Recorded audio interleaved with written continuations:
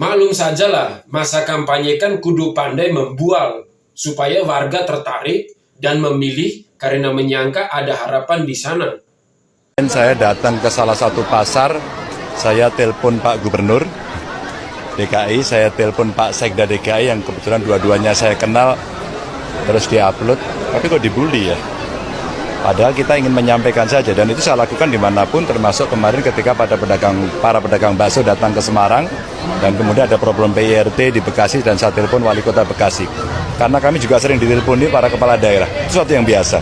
Tapi menjadi sensi ketika kemudian akan ada kontestasi, selalu saja. Ya, saya ingin menyampaikan saja yang pertama, kalau ada problem, ada loh cara berkomunikasi kepada pemerintah. Dan sistemnya ada, mekanismenya ada. Maka perangkat-perangkat pemerintah yang paling tingkat bawah, tadi cerita soal banjir gitu kan, cerita soal akses kesehatan, akses pendidikan, sebenarnya bisa disampaikan. Itu edukasi kepada masyarakat betapa pentingnya sebenarnya politik itu. Cara tapi kalau barang Saya kalah. saya ikut kreatif satu. tapi kalau lagi gini kalau lagi harga banyak yang komplain pas lagi harga jadi saya berhenti di online itu.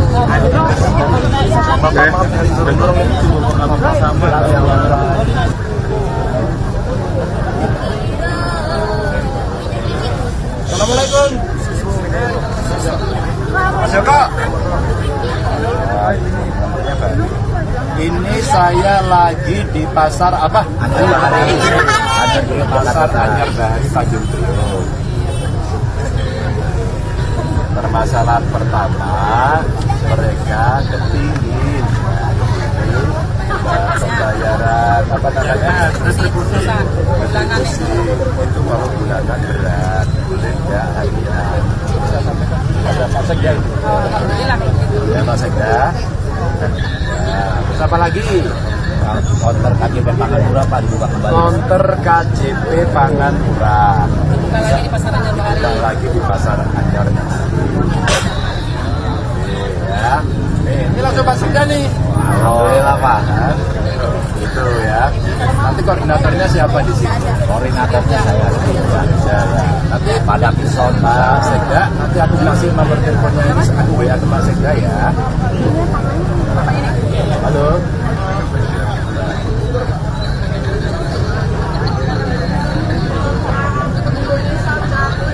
Oke.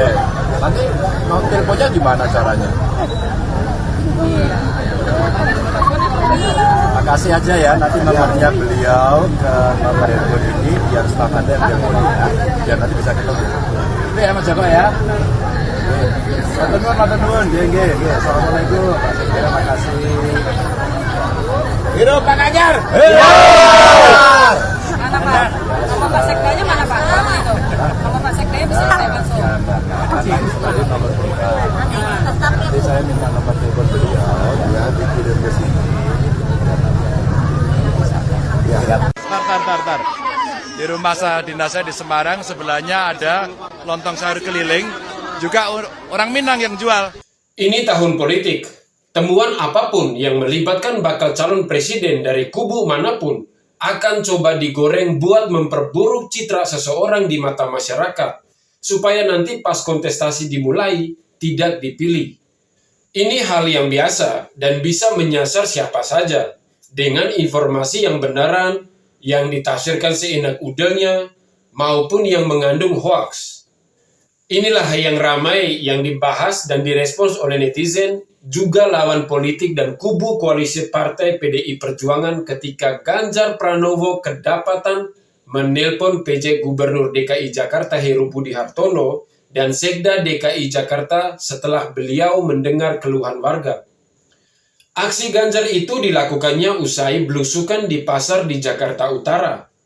Lalu para pedagang di pasar Anyar Bahari, Tanjung Priok mengeluhkan besarnya biaya retribusi bulanan dan sepinya pasar yang sepi karena kalah dengan penjualan online. Munculnya keluhan warga soal dua perkara itu saja menunjukkan bahwa ada yang belum tertangani oleh Pemprov DKI Jakarta di pasar tersebut. Belum lagi soal keluhan air bersih, yang seingat saya ramai dibahas ketika debat calon gubernur, calon wakil gubernur pada 2017. Di mana paslon Anies Sandi memberikan janji bombastis yang sampai hari ini tampaknya hanya bualan atau janji palsu.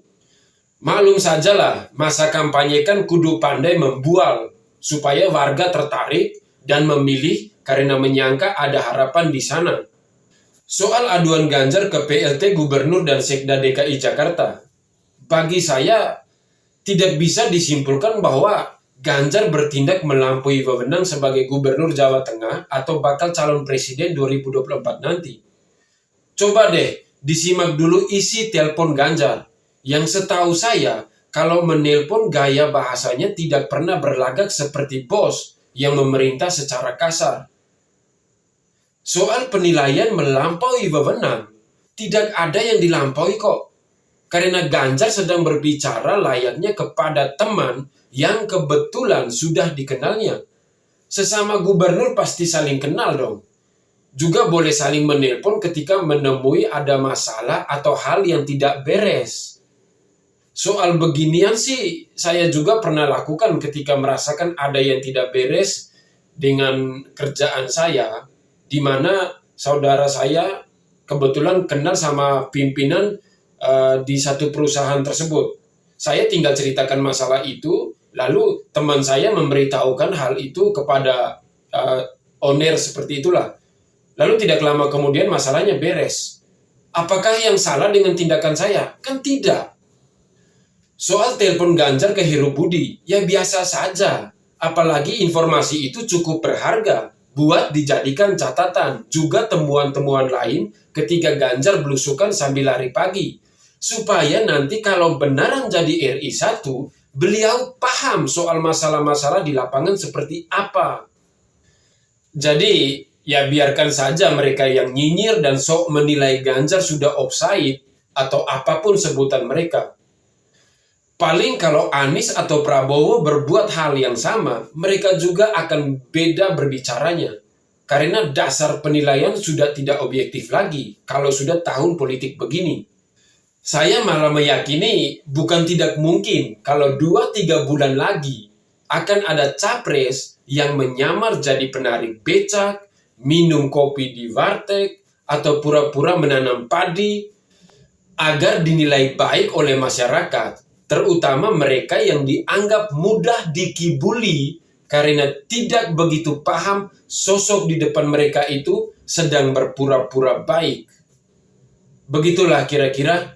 Akhir kata, saya Mata Kiri pamit undur diri. Salam hormat, salam NKRI, harga mati. Wassalam.